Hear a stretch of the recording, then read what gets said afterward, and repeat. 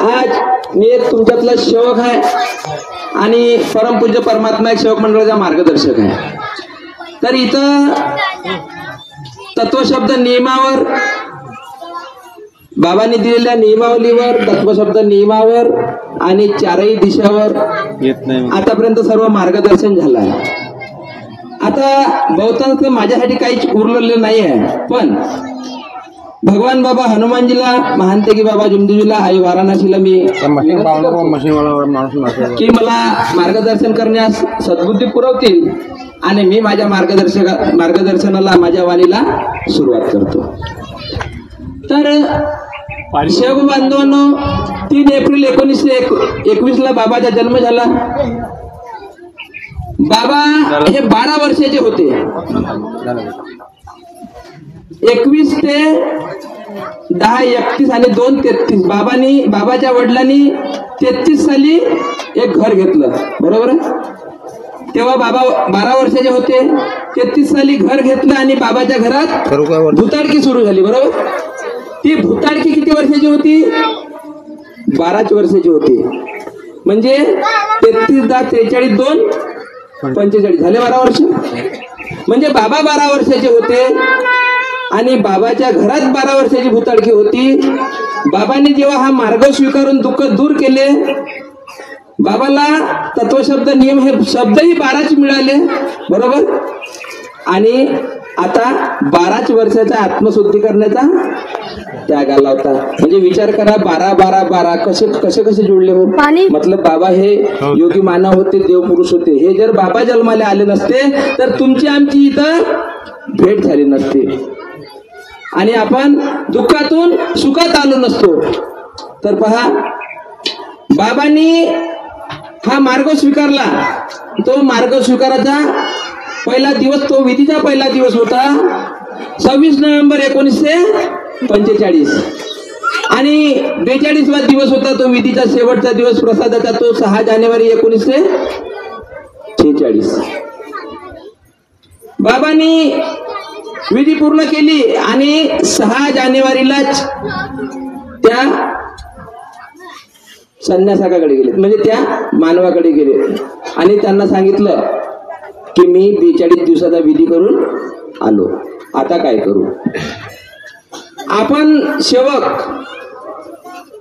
कार्य पूर्ण झाल्यानंतर सेवक मार्गदर्शकाला फोन करून सांगतो, साहेब माझे कार्य झाले, संपले, जे मी आज प्रसाद केली, पण समोरचे कार्य घेत नाही. आता काकाजी बोलले या विषयावर, तसं तर सर्वच विषयावर बोलून झालंच आहे. पण बाबा थांबले का? बाबा नाही थांबले. बाबा 6 तारखेला गेले. 6 तारखेला गेले. मी आता काय करू? त्यांना सांगितलं का एवढंच होणार नाही, पुन्हा तुम्हाला 7 दिवस त्रिकाल हवन करावं लागेल. त्यांनी ते विधी लिहून दिलं. विधी लिहून दिल्यावर तो सामान आणून त्यांनी त्रिकाल हवन केले, बरोबर. म्हणजे बाबा थांबले नाही, त्यांचे त्रिकाल हवन करून त्यांचे कार्य सुरूच होते. बाबांनी 11 हवन केले. बाबांनी 11 हवन केले. बाबांनी 5 हवन केले. तो 5 हवन केले तो भगवत प्राप्तीचा तो 19 ऑगस्ट 1948 हा राखीचा दिवस होता आणि 20 ऑगस्ट 1948 हा इथून बाबांनी 5 दिवसाचे कार्य सुरू केले. 5 दिवसाचे हवन कार्य सुरू केले ना, आणि तो 6वा दिवस होता 25 ऑगस्ट 1948 आणि त्या दिवशी बाबाला ब्रह्मांड चढले. बाबा विधी अवस्थेत गेले. तेव्हा तो बाबाच्या भावानी, लहान भावानी मारुतरावजींनी हवन घडवले. 3 महिने विधी अवस्थेत राहिले होते. 1949 ला दुसऱ्या महिन्यात 3ऱ्या हप्त्यात पचमेडी इथं चौऱ्याच्या गडावर कापूर अगरबत्ती लावून मानव धर्माची स्थापना केली आणि बाबांनी एक सर्व सेवक सुखी केले. बाबाचा परिवार सुखी झाला. आता बाबाला असं वाटलं बाबाचा परिवार सुखी झाला, यात काही नवल नाही आला. बाबाला वाटत होता की आपल्या आजूबाजूला कितीतरी मानव दुखी कष्टी आहे. तर जसे मानव बाबाच्या मार्गदर्शनात जुळले तसतसे ते सुखी झाले. आता सुखी झाल्यानंतर बाबाला असं वाटत होतं की आपले सेवक हे अडाणी आहे, अज्ञानी आहे, खेडोपाडी सेवक, हे शिकतील कुठं? त्यासाठी बाबांनी काय केलं? गावोगावी चर्चा बैठक लावून दिली. आता आपण नव्या हवन कार्यात बसलो, इथं चर्चा बैठक आहे. हे चर्चा बैठक कशासाठी आहे?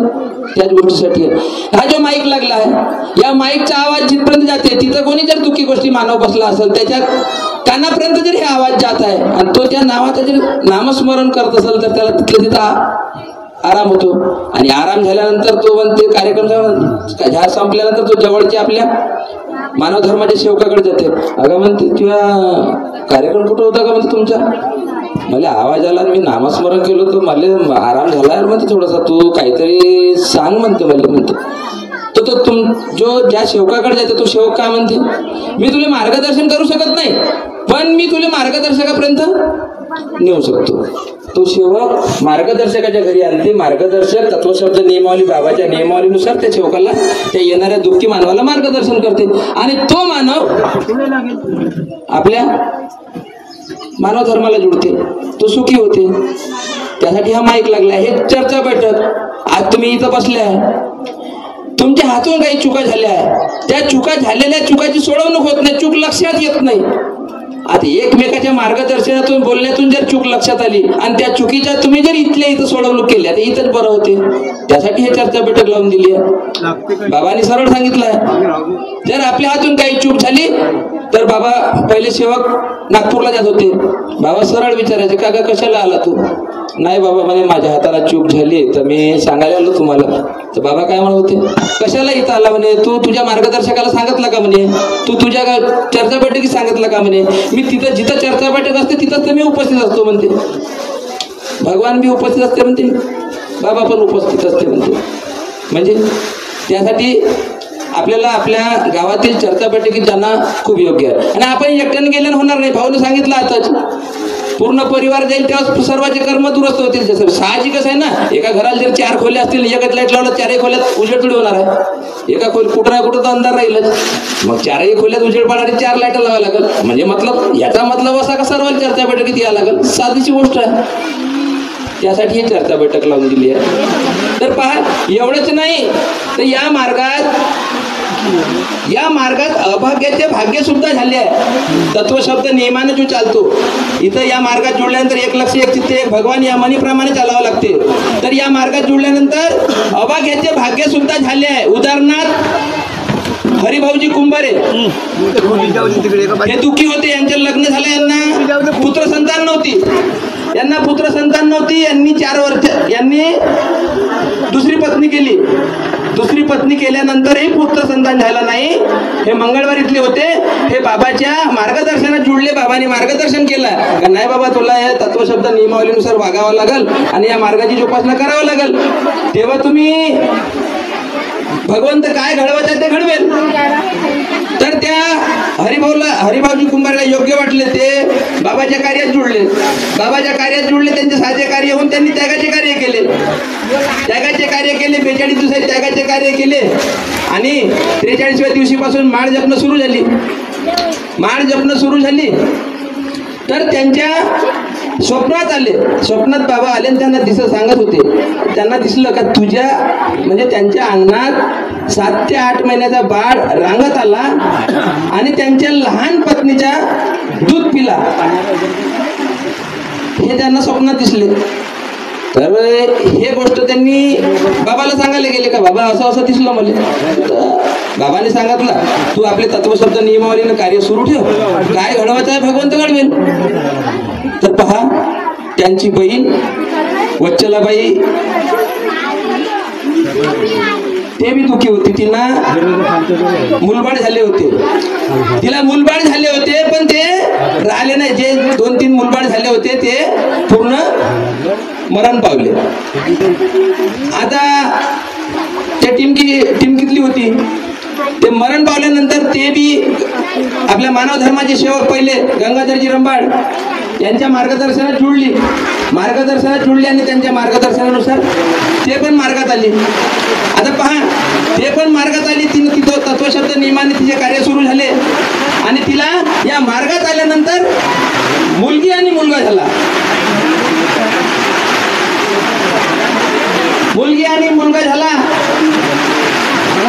दोन अपत्य व्यवस्थित झाले आणि तिसरा जेव्हा अपत्य राहिला तर तिसऱ्या अपत्याच्या वेळेस एवढे दुःख सुरू झाले तिला का ते दुःख तिला सहन होत नव्हते. शेवटी तिनं आत्महत्या करण्याचा सुद्धा विचार केला होता. पण काही आराम नव्हता. दवाखाने केले, डागा हॉस्पिटल सुद्धा दवाखाने केले, पण काही आराम लागला नाही. आणि तिने बाबाच्या घरी गेली आणि बाबाच्या घरी गेल्यानंतर बाबाला काहीतरी मार्गदर्शन विचारावं बाबा. त्यावेळेस बाबा घरी नव्हते, तर तिने बाबाच्या घरी कापूर अगरबत्ती लावून भगवंताला सांगितलं, भगवान बाबा हनुमानजी महान की बाबा जमदेवजी, मला 2 अपत्य मार्गात आल्यानंतर व्यवस्थित झाले, व्यवस्थित आहे, पण आता 3रा अपत्य असताना मला खूप त्रास होत आहे. एवढा त्रास होत आहे की मी सहन करू शकत नाही. मला त्रास नको हवा, मला माझी व्यवस्थित डिलिव्हरी होऊ द्या, मी खुशी खुशी बाळ अर्पण करून देईन. हे शब्द तिथे एकट्याचे होते, शब्द एकट्याचे होते, दुसऱ्याला माहित नव्हता. तिला आराम झाला, डिलिव्हरी व्यवस्थित झाली, 7 ते 8 महिन्याचा बाळ सुद्धा झाला. 7 ते 8 महिन्या बाळ झाल्यानंतर तो रांगत आला आणि पायरीवरून पडला, त्याला पायाला जखम झाली. ती जखम दुरुस्त होत नव्हती. कितीतरी दवाखाने केले पण जखम दुरुस्त होत नव्हती. घरच्याला वाटत होतं आपण एवढे दवाखाने केले, जखम का बरं दुरुस्त होत नाही. शब्द एकटीचा होता, त्यांना माहित नव्हतं. जेव्हा तिच्या शब्द, तिची चूक तिच्या लक्षात आली, तिने सरळ सांगितलं, हा बाळ म्हणे आपला नव्हे, हा बाळ भगवंताला अर्पण करायचा आहे म्हणे. घरचे लोक म्हणे असं कसं भगवंताला अर्पण करायचं आहे, तू काय आपल्या पोटचा गोळा खुशी खुशी देऊन टाकशील का म्हणे, कसं कसं तिचे. हो म्हणे, खुशी खुशी देईल म्हणे, मी बाळ हा द्यायचा म्हणे. तिने बाळ उचलला, बाबाच्या घरी गेली, भगवंतासमोर खाली ठेवला, कापूर अगरबत्ती लावली. बाबा म्हणे मी जे शब्द दिले होते ते पुरे करत आहे, हा बाळ मी भगवंताला अर्पण करत आहे म्हणे. भगवंताला विनंती केली आणि घरी विनंती केल्यानंतर बाबांनी विचारलं, बाई म्हणे तू खरंच बाळ अर्पण करशील का म्हणे. मी म्हणे हो बाबा म्हणे, मी भगवंताला वचन दिलं आहे म्हणे, मी बाळ अर्पण करणार म्हणे. बाबांनी एक अट आहे म्हणे, तू बाळ अर्पण करते ठीक आहे, पण एक अट आहे म्हणे, सांगा बाबा म्हणे, जे असेल ते मी पुरी करील म्हणे. अट अशी आहे म्हणे की बाळ अर्पण करते वेळी तुझ्या दोन्ही डोळ्यातून आसू एकही पडायला नाही पाहिजे म्हणे. हो बाबा म्हणे, मी करून टाकेन, देईन म्हणे. तर पहा 2-3 दिवसात बैठक ठरवली, 5-25 सेवक आले, हरिभाऊजी कुंभारीचा पुरा परिवार बोलवला आणि बाईंनी भगवंताला विनंती केली आणि तो बाळ बाबाच्या हातात दिला. बाबाच्या हातात दिला. बाबांनी त्या हरिभाऊ कुंभारेला बोलवला आणि तो बाळ हरिभाऊजी कुंभारेच्या हातात दिला. आणि हरिभाऊ कुंभारेंनी तो बाळ कोणाच्या हातात दिला, दुसऱ्या पत्नीच्या हातात दिला. बाईच्या डोळ्यात आसू आली नाही, बाईने खुशी खुशी बाळ दिला. जेव्हा हरिभाऊनी दुसऱ्या पत्नीच्या हातात जेव्हा बाळ दिला, हरिभाऊ त्या पत्नीला दूध आले आणि या वत्सल्याबाईचे दूध आटले. किती महान कृपा आहे. एवढंच नव्हे तर तो जो बाळ होता ना, तो बाळ हरिभाऊजीच्या चेहऱ्यात होता, वत्सल्याबाईच्या चेहऱ्यासारखा नव्हता. किती कृपा आहे. त्यासाठी सत्व शब्द नियमानं जगणं खूप आवश्यक आहे. मी बी एक दुःखी सेवक होतो. माझ्या वडिलांचे 20 वर्षाचे दुःख होते, 20 वर्षाची भूतबाधा होती. 20 वर्षाच्या भूतबाधा आम्ही 4ही भाऊ दारू पिणारे 20 वर्ष भोगत असताना दुःखात काही विचार केला नाही. पण शेवटी सरते वेळी आमचे जेव्हा पैसे खर्च झाले, जेव्हा मला घुमावं लागत होता रात्र बेरात्र, तेव्हा निश्चय केला की आपण आता मार्ग स्वीकारायचा. आम्ही पहिला आपला एगर तयार केला आणि 2 भाऊ एकत्र असून मार्ग स्वीकारला. ज्या दिवशी मार्गदर्शकाकडे गेलो आणि शब्द घेतला, आमची अगरबत्ती न लागता, ज्योत न लागता शब्दावर दुःख दूर झाले. समोर डिलिव्हरी होती, पुतणी जन्माला आली. आम्ही कार्य घेतले नव्हते, फक्त शब्द घेतला होता. आमचे वडील शब्दावर बरे झाले. किती महान कृपा आहे. बाबांनी सांगितलं आहे का या मार्गाशी जुळल्यानंतर प्रत्येक सेवकाला वैचारिक क्रांती करायची आहे. तर ते वैचारिक क्रांती घरी बसल्यानं होणार नाही. पृथ्वी एक, मानव एक, पण विचार अनेक. करने के लिए लीनता चाहिए और डूबने के लिए अभिमान. हा अभिमान, गर्व हा महान आहे, याला कोणीही मिटवू शकत नाही. म्हणून त्याला राग हा अग्नीपेक्षा तेज आहे आणि कलंक हा काजळापेक्षा काळा आहे. अहो, जर कुठं आग लागली असेल तर इथून 2 मिनिट चर्चा बैठक थांबवून सर्व सेवक सेविका जाऊन तो आग विझवता येईल. पण एखाद्या सेवकाच्या मनात जो राग आहे तो आपल्याला दिसणारच नाही, ते त्याची सोडवणूक कशी करू. म्हणून हा राग हा अग्नीपेक्षा तेज आहे म्हणतो. कलंक काजळापेक्षा काळा कसा आहे. जर एखाद्या माणसाला आपण एखाद्या सेविकाला जर कलंक लागला तर तो आपण मिटवू शकत नाही. काजळ हा पुसू शकतो पण कलंक मिटणार नाही. त्यासाठी बाबाने सांगितलंय का जर एखाद्या विधवा सेविकाच्या घरी जायचं असेल तर एकट्या सेवकाला जाऊ नये. विधवा सेविकाला जर मार्गदर्शकाच्या घरी किंवा कोणत्याही सेवकाच्या घरी जायचं असेल तर एकटीने जाऊ नये. नियमावली आहे, याचं आपण पालन करायला पाहिजे. चला, पावसाची सुरुवात झाली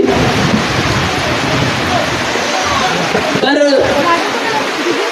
आई वडिलांची सेवा. आपण जेव्हा जन्माला आलो तर आपल्याला सर्वाला 3 गुरु झाले. तो पहिला गुरु आहे आई वडील, आणि दुसरा गुरु आहे शिक्षक, आणि तिसरा गुरु आहे आपले बाबा जीवनदेवजी. तर मला एक सांगा सेवक बांधवांनो, पहिल्या गुरुनी आणि तिसऱ्या गुरुनी काही तुमच्याकडून पैसे मागितले का? नाही मागितले. मग मला एक सांगा, जे आपले आई वडील आहे, जे आई वडिलाला दिसत नाही, त्या आई वडिलाची इच्छा असते का जे मला दिसत नाही ते तूप आहे खांद्यावर का खांद्याच्या बी वर पकडायला तयार असतो. पण जेव्हा वेळ येते ना तेव्हा आपणच आई वडिलांची सेवा करत नाही. आम्ही जेव्हा माझ्या वडिलांची तब्येत बिघडली, लकवा मारला ना, 7.5 महिने लहान लेकरासारखे आम्ही पती पत्नीने दोघांनी त्यांची सेवा केली. आंघोळ पाणी सर्व खाण्यापिण्यापासून. 2.5 महिने आईची बी तशीच सेवा केली. आमच्या तर होते ते चालू सर्व हातपाय हलवताना जे सेवा होती ते तर होतीच, पण त्यांची जेव्हा 2.5 महिने त्या बाजावरची होती, आई वडील जेव्हा 7 महिने बाजावरती होते, ते लहान लेकरासारखा पती पत्नीने दोघांनी केला. आई वडिलाचा जो बी करते ना त्यांच्या घरात शारीरिक सुख, आर्थिक परिस्थितीचं सोडा हो, ते येत जात राहते, पण शारीरिक सुख एवढा नांदते ना का विचारायचे नको. परिवार पूर्ण सुखी आहे, कोणताही शारीरिक मानसिक त्रास नाही आहे. म्हणून आई वडिलांची सेवा करणं खूप गरजेचं. सेवा म्हणजे काही खूप आकरणं नाही आहे. त्यांची आत्मा दुखवायला नाही पाहिजे. जे त्यांना म्हातारपणी जो आसरा पाहिजे तो सहारा देणं आवश्यक आहे. आजची परिस्थिती अशी आहे का लोक 15 लाखाच्या कडे कुत्रा बसवते, आई वडिलांना ते आपल्याला नाही करायचं. आपण मानव धर्माचे सेवक आहोत. आपण बाकीच्या गोष्टी करायच्या नाही आहे, आपण मानव धर्माचे सेवक आहोत. इथं ज्या सेविका आहे, प्रत्येक सेविका मुला मुलीची आई आहे, बरोबर आहे.